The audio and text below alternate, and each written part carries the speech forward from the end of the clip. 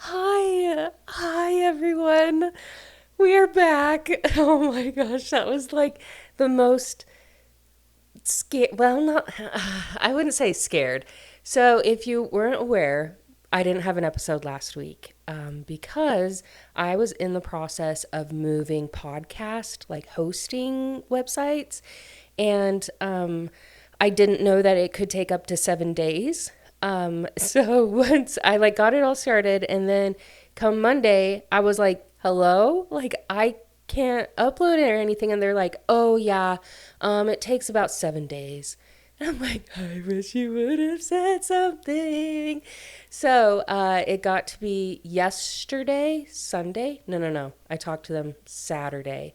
I was chatting with Spotify. I was like, how did we do this? Like, it's been 7 days. I really need to do this. Like, help me figure this out. And at that point, I honestly didn't care because what we were waiting for was my episodes to come over. And I was at the point where I was like, I don't even care. Like, I will re upload everything. I have it on a hard drive. Like, just let me be able to upload an episode, please. That's never happened that I have just been so like not able to like upload. Of course, there's times where I'm like, oh, I don't want to upload. Like, I'll do this, but I've never been like prevented from it, and so it was stressing me out. I was like, this is like the best book to do it on, and so, anyways, last week's episode should be available now. I still posted it on my YouTube, so follow me on YouTube so that you can get the mini episodes and also you can still hear if something were to happen. So we are now up and functional. I hope that this is getting to where it needs to, and the people, I actually had a pretty big following over in Europe, so I'm really hoping that my European people can find me.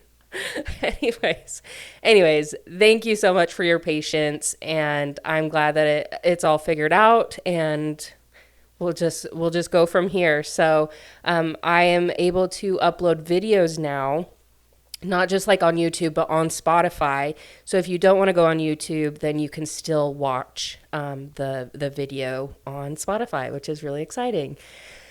Okay, well, today's episode is on a very, very special book. Like, I I don't even know why I'm saying very special. I just feel a very special way about it, I guess you could say. I don't have enough good things, or I have way too much good things to say about this, or I don't have enough. I don't know how the saying goes. I'm not going to think about it anymore. It's obviously hurting my brain already. But so great. Like, so special, so endearing, so like, I was hooked. I genuinely loved these characters. Like, I love a lot of characters, but it was something about these ones that maybe they were just so relatable that I just like, I was hooked. Like, I was there with them. Everything about it was incredible. And so the book that I'm talking about is Yours Truly by Abby Jimenez. I actually read another one of her books, The Friend Zone. I just finished this one. It was good. I really liked it. I really liked how, again, the characters were so relatable and just so normal, down to earth people that you're like, I genuinely am rooting for them. So in The Friend Zone, the main female character has endometriosis and has problems like with her ovaries and like heavy periods. Like, it is so relatable. It's so relatable that I genuinely felt for her and every pain that she was going through. Like, it was so good. And then you just love the male character in there as well. He's like a firefighter, kind of golden retriever. Like, it's a beautiful story as well. Beautiful story. And I knew that I would like it just because I loved Yours Truly so much. So let's get into it a little bit. There are actually, I wouldn't say that there are any like twists or turns.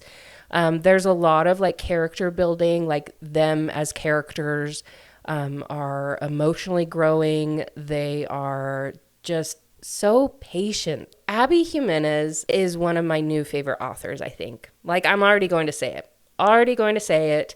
She is a queen at making her characters so realistic and relatable. Some of the things, I mean, I've only read 2 books, but some of the things that these books mention, so funny, like humor throughout the book. Other books I've noticed have like, the characters have like little quirks, but they don't really have like a super set personality.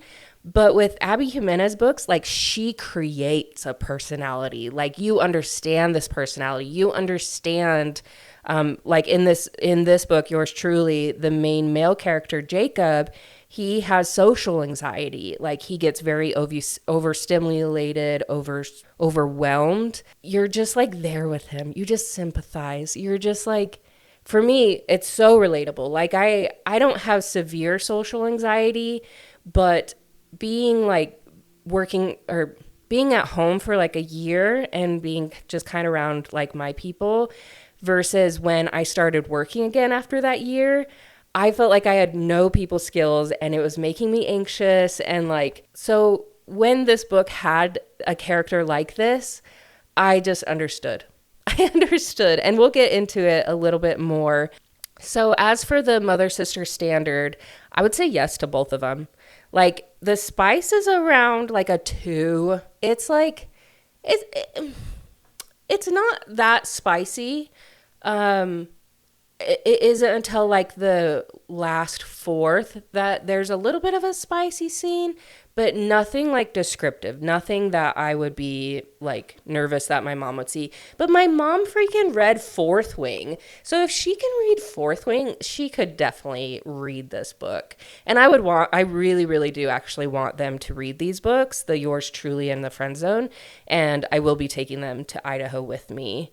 I'm not even going to lie that multiple times during this book, I had tears in my eyes. Like I really did, just because of how sweet and genuine the characters are.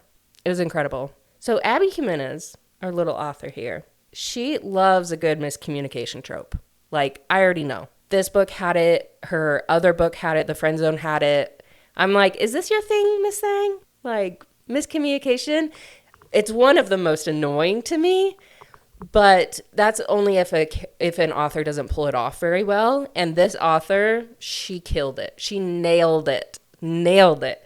So I was okay with that trope. I didn't mind. We have Brianna. She is our main female character. She has been working as an emergency surgeon at the hospital for 10 years. Like she's deep in her career. She knows this hospital up and down. Like she's comfortable. There is a new doctor that just arrived that day, and they are calling him Dr. Death. He has already not killed, but they have died while he was like helping them. Again, it's emergency medicine, emergency service or whatever. And 7 patients. Yeah, that's how many on his first day there. That's so sad. So she is doing her thing. She's just heard about this doctor. And then she gets called to the chief of emergency medicine to his office. And she's like, this is it. Like, I'm going to get the spot of being like the emergency medicine chief. And so he says like, hey, so we're actually going to wait another 3 months for him to retire. And just to see, like, just for Jacob, who's the new doctor, to get like acquainted with everything and have people like get to know him. And she's like, no, like I was going to get this.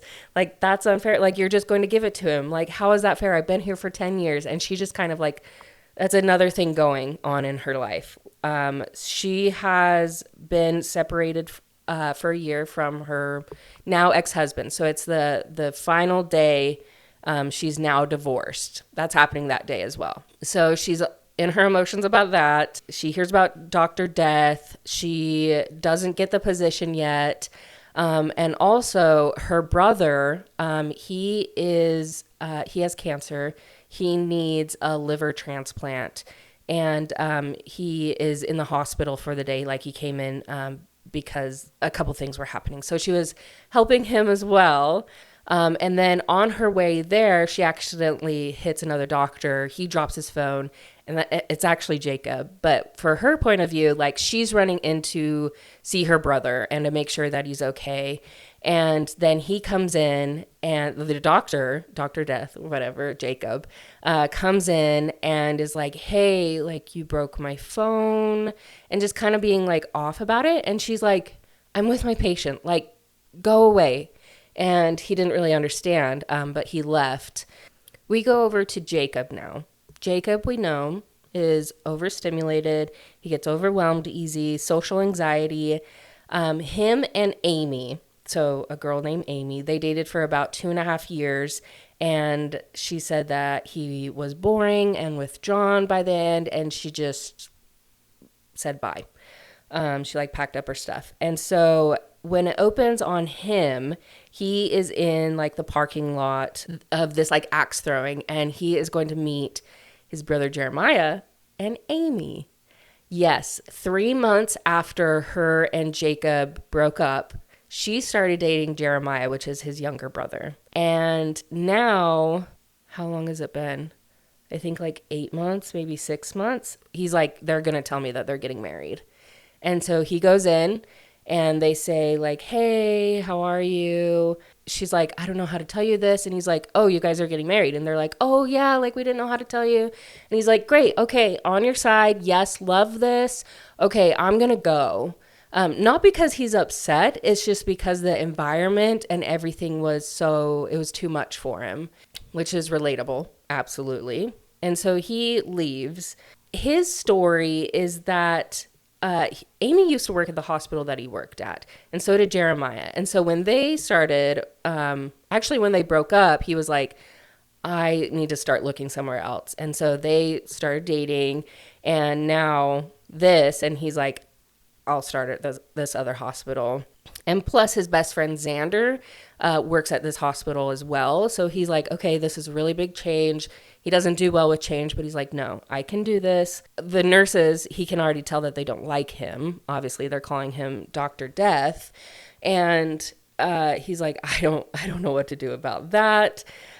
He has 3 sisters and 1 brother, which is Jeremiah.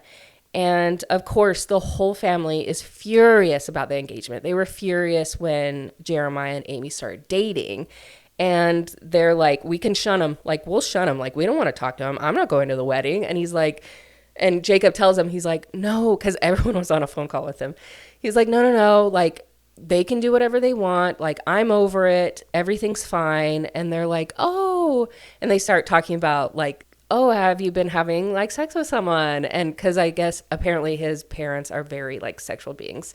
And so he's like, no, I'm seeing someone from where I work.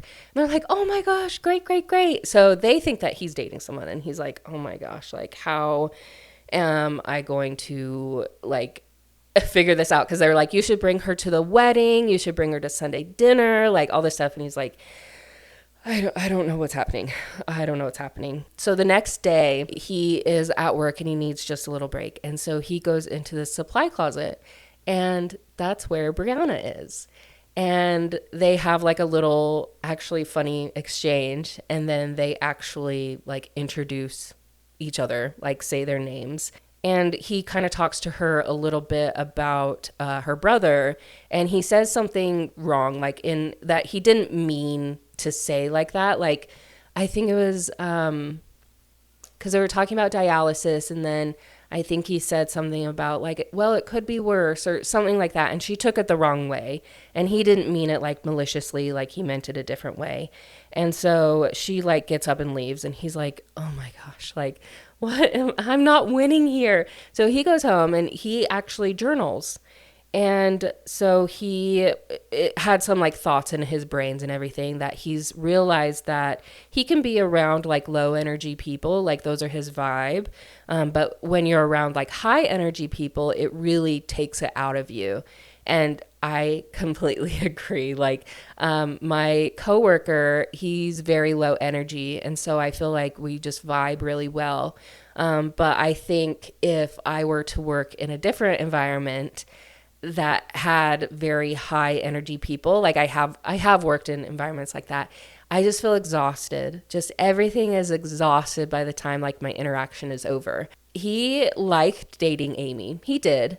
Just because she made him feel invisible because she was a very high energy person, and that's what he liked. He liked that she kind of like took all the attention. And he was having a drink with Xander and the chief of surgery or the chief of emergency. The one guy was mentioning like the chief position, and that's when Jacob told him like, I don't want it. Like, I'm good with my schedule. I'm good with where I am. Like, I don't want to be chief. Like, give it to Brianna. Like, just I don't want it. They started talking about Brianna and her brother, and that's when and Jacob asks Xander like, hey, what's his blood type? Like, what does it mean to be a donor? And Xander was like, wait, are you thinking about it? And he's like, yeah, I think I want to pay it forward because his mom had to get a kidney. She had kidney failure, and her best friend donated one of her kidneys. And so he's always wanted to pay that forward. And wait, have I been saying liver? I don't know if I've been saying liver. It's a kidney. Like, he needs a kidney transplant. I'm really hoping that I said that. Oh no. Let me know if I said liver and this whole time you're like, what is she talking about? I apologize. Kidney. Anyways, he wants to pay it forward because someone did that for his mom. So he's like, yes, I'm going to go get tested to see if I can give my kidney to Benny, which is the brother. Everything matches, and he decides he's going to go for it. But he wants to say anonymous because at this point, he had sent a letter to Brianna. And just kind of writing all his feelings out, apologizing if they got off on the wrong foot, and explaining kind of his anxiety and how he is. And she loves it. She loves the letter. She loves that she was able to talk to him a little bit about this and understand him more. And so she's like, you know what, if I go and talk to him, then his anxiety might like come up. But I think I'm going to write a letter back to him. So they start writing letters back and forth to each other, and it's so cute. Like, they are so funny. It's just like the comedic timing, and just everything was so cute. Like, I loved them. And he tells her that he doesn't want the position of chief. Like, he doesn't want that. And he wants to help, like, wherever he can. And she feels awful, like, completely awful of how she treated him and just everything, because she just like misunderstood. And he's like, okay, so they keep writing letters back and forth, and there was going to be a stint where they didn't see each other for 4 days. And so she's like, I want to talk to him. Like, I really like him. And she friends him on Instagram. He accepts, and she's like, hey, can I call you? And he was up at his family cabin getting it ready. He didn't really have a lot of service, so he went back to the cafe, and he's like, yeah, you can call. And they sat there and talked on the phone for 3 hours, and he was just at this little cafe. And he had to be outside because he had his dog too, which was so cute. She didn't know that, of course. And they still are writing letters to each other. And I thought it was really interesting that she asks him like about his anxiety and him being shy, and like, why emergency medicine? Like, you would think that would cause more anxiety, but I really liked how it is explained.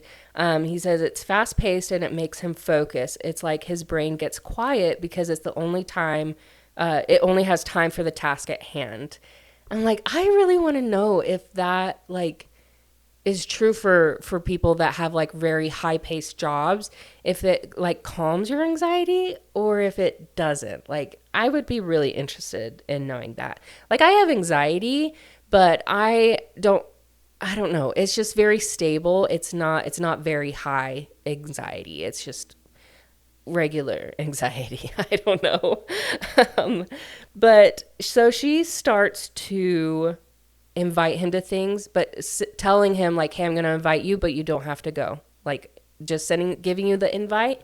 You don't have to go. You can do whatever you want to. And he's like, oh my gosh, I'm already in love with her. They each just embrace each other, not like hug physically, but just like they embrace who each other is, and they understand each other on like different levels. They are so patient with each other and so genuine. And like that's throughout the whole book. And a little bit more with like the story is that she finds out that he is going to donate his kidney to her brother.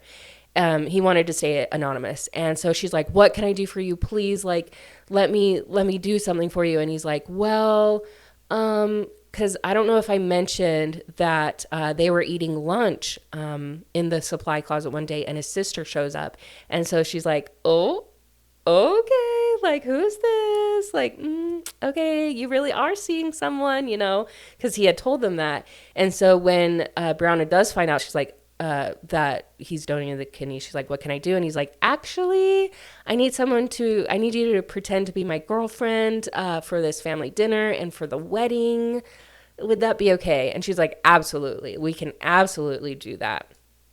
And that's where the fake girlfriend boyfriend kind of comes in. And things just kind of like escalate from there, that it's like it's funny.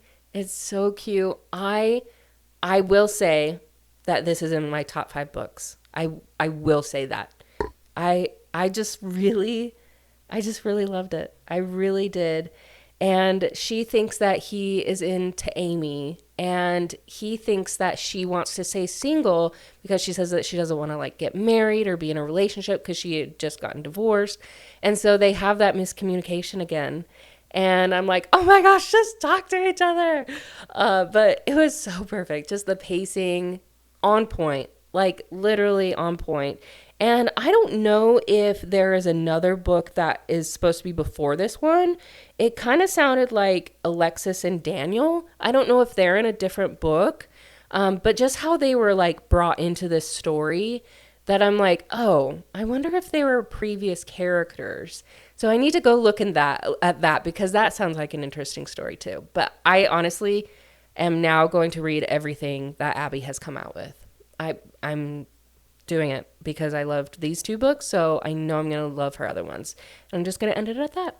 So anyways, thank you guys so much again for your patience, and make sure to follow on whatever platform that you are listening to, and make sure to follow and subscribe on YouTube, because I do mini episodes every Thursday and regular episodes every Tuesday. Even though secretly they go up on Monday, and like Monday night and Wednesday night, but it's fine, Tuesdays and Thursdays. Follow me on social media. If you have any questions, comments, additions, I would love to hear it. Just put it on the YouTube video in the comments, and I will reply. It'll be great. So anyways, grateful for you guys, and I'll talk to you next week.